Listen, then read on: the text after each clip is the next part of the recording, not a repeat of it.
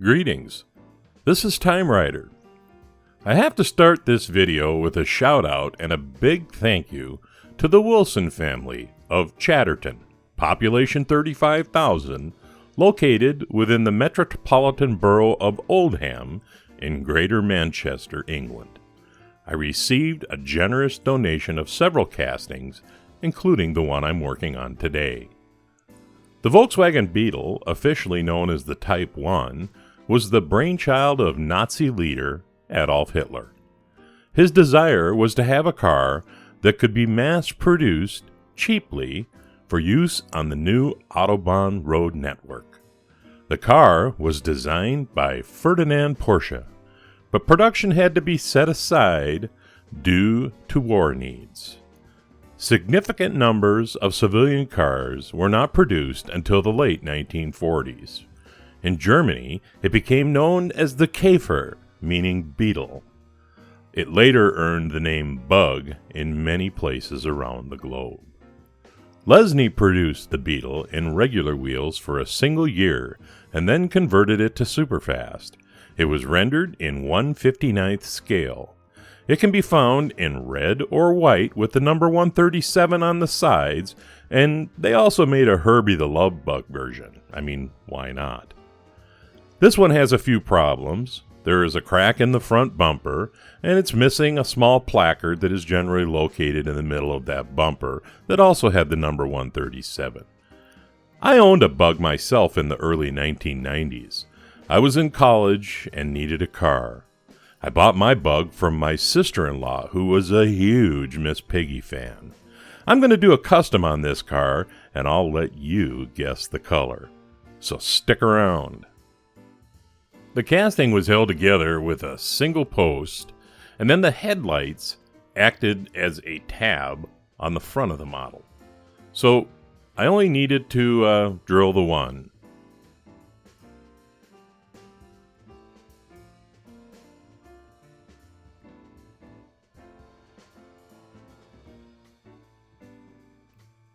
A base with the tilt steer wheels, the interior, and then a short post to hold in the windshield.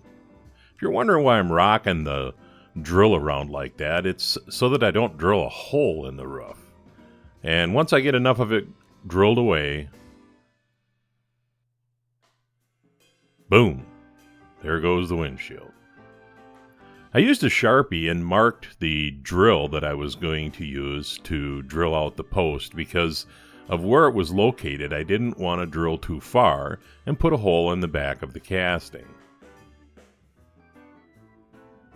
Using a 1/16 inch Milwaukee brand drill bit, by the way, I didn't get any money for that, and then some 3-in-1 oil once I had the hole drilled, and I didn't get any money for that either, to help with the tapping process. Using a 256 tap, I tapped out the hole because I'm going to have to put it together again at some point.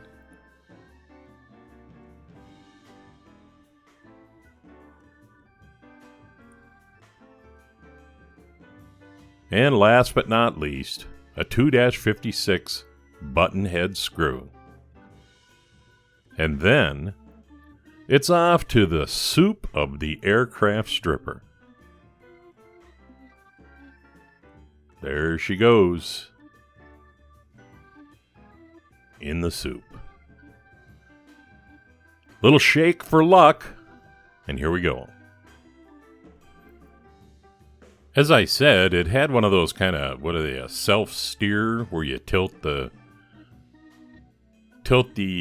model or toy and the wheels steer. I pulled the wheels off, and I was contemplating reusing these original wheels. Unfortunately, they just weren't in very good shape, so I decided to replace them. Using a needle nose, I kind of straightened out that bumper as good as I could, which is real hard because the headlights and the bumper are all kind of attached together in one piece and lend a lot of support. And I really had to be careful because I didn't want to break it off. So anyway, a little bit of baking soda on top of the super glue, and I set it aside for a while.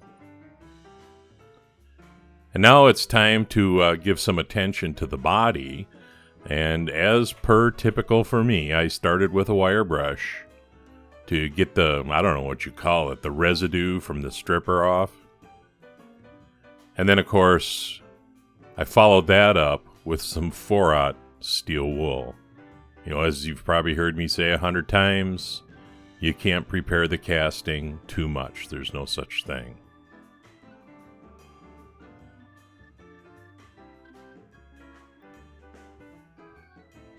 And then once I had got the casting to the point that I liked, I wanted to suck all the little filings off of it and the little pieces of steel wool that wound up on it, so I basically stuck the toy in my wet vac and cleaned up my work area to get it ready for paint.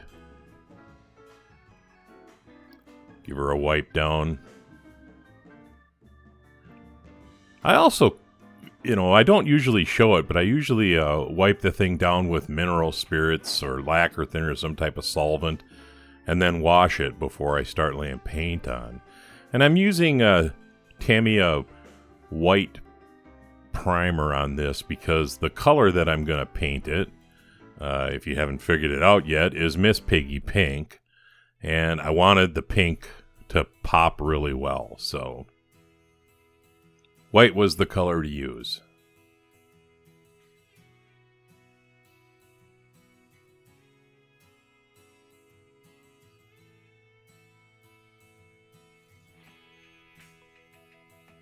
And then here we go.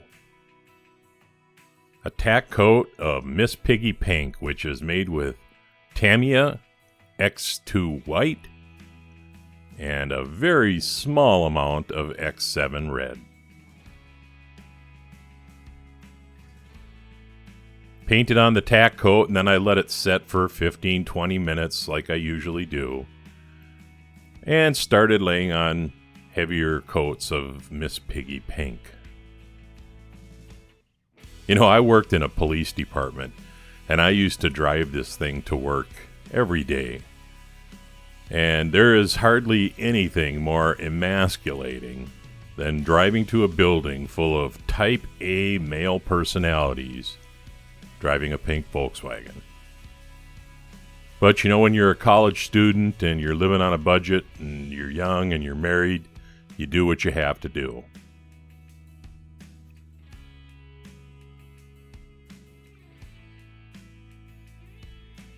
I actually think it looks really nice, you know, for a pink car. I suppose I could have sold Mary Kay. Can't you see this driving down the road with a little Mary Kay decal in the back window?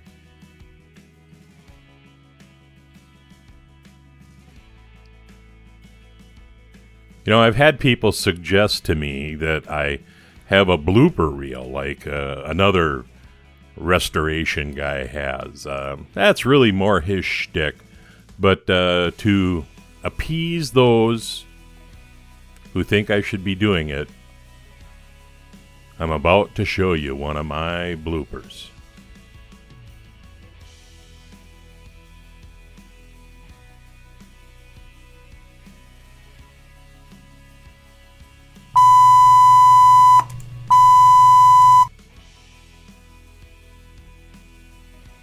Just in case you were wondering, I did have to start over.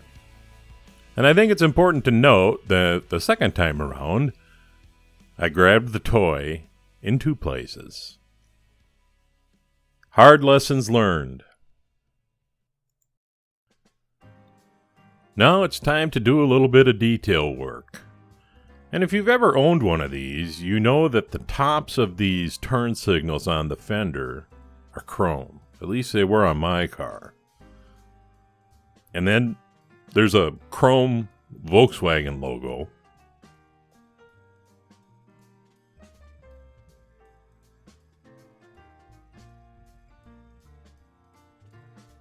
And of course, there's 2 turn signals.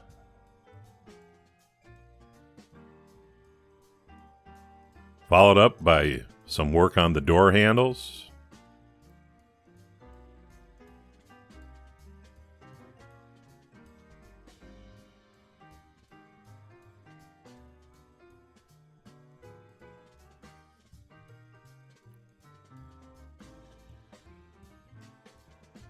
Mom, I probably should have been a surgeon.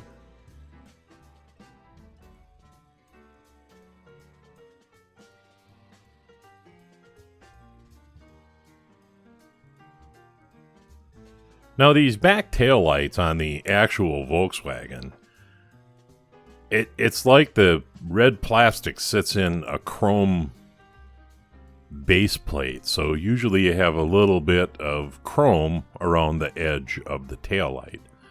And I wanted to reflect that, so what I did was I put a spot of chrome on each tail light, and then I let it dry. I also wanted to do they usually have a branding plaque on the engine cover that would probably say Volkswagen 1500, which in this case is the size of the engine.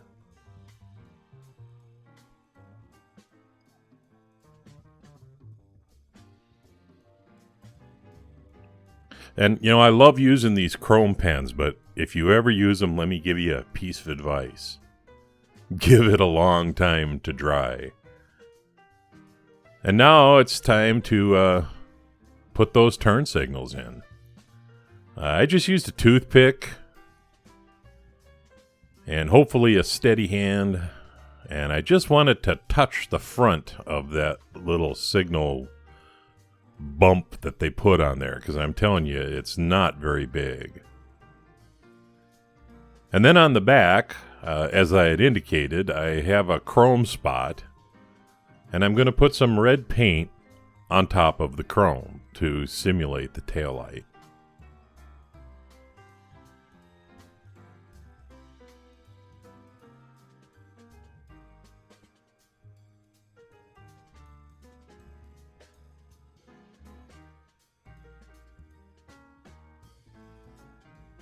And taillight number 2.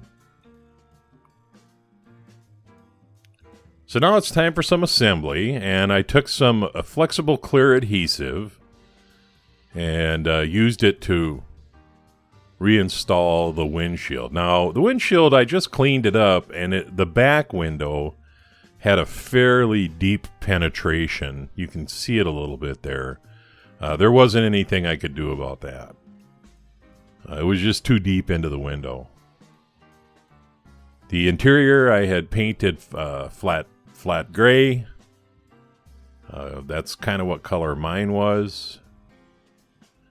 And then it's time to put it together. So getting back to where we started, you got this, chipped up mess. And I will say the casting itself wasn't in particularly good condition.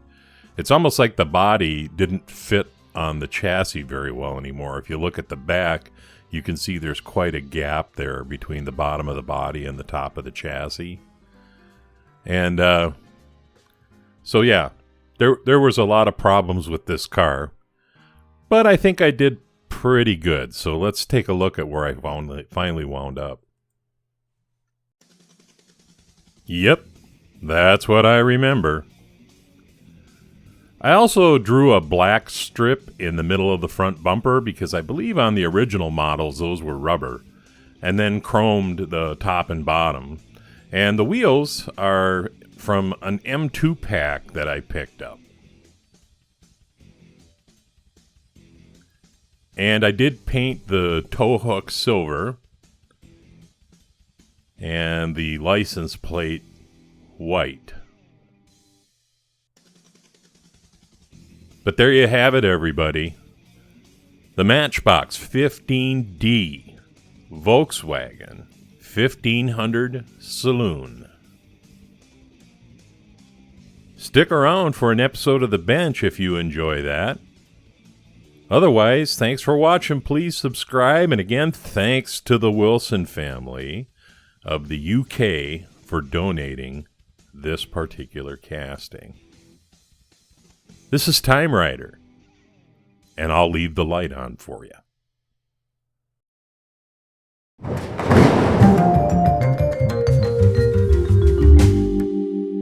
Hey everybody, thanks for sticking around for this edition of The Bench. Hey, as you know, tomorrow, the Consortium of International Ditch Diggers, oh, wait a minute, we're not ditch diggers. The Consortium of International Restoration Artists is having its luxury car cooperative build. And there's an update. Nick from Matchbox Restoration was a little overwhelmed this month and advised the group that he wasn't going to be submitting a toy from his particular page. So we have a new addition as well. This would be Paul from Fat Guy Productions, beautiful Las Vegas, Nevada, USA. And he's going to be doing for us the Matchbox number 28D Jaguar MK10. So let's welcome Paul, and be sure to go watch his video. Now, just so you know, mine was already uploaded when I found this out, so I don't have a link to Paul's channel, but I'm sure you can find it. It's not that hard. And also, you know, I'm kind of an A, B, and C list kind of guy, and I wanted to cover a couple of things that are sort of on my B list, one of which is this Route 66 Corvette repo that I was doing, and I finally got it down to the point where I got some paint on it, and I'll continue to work on that, and that should be coming out, I don't know, pretty quick, this month for sure. And I also finally laid some paint on that Majorette fire vehicle, and I'm going to move that onto the A list and try to get that thing done in the coming week. But anyway, that's all I got for you. Thanks for watching, and please be sure to click on the little thumbs up, and hopefully we'll see you for my next video. Everybody have a great weekend.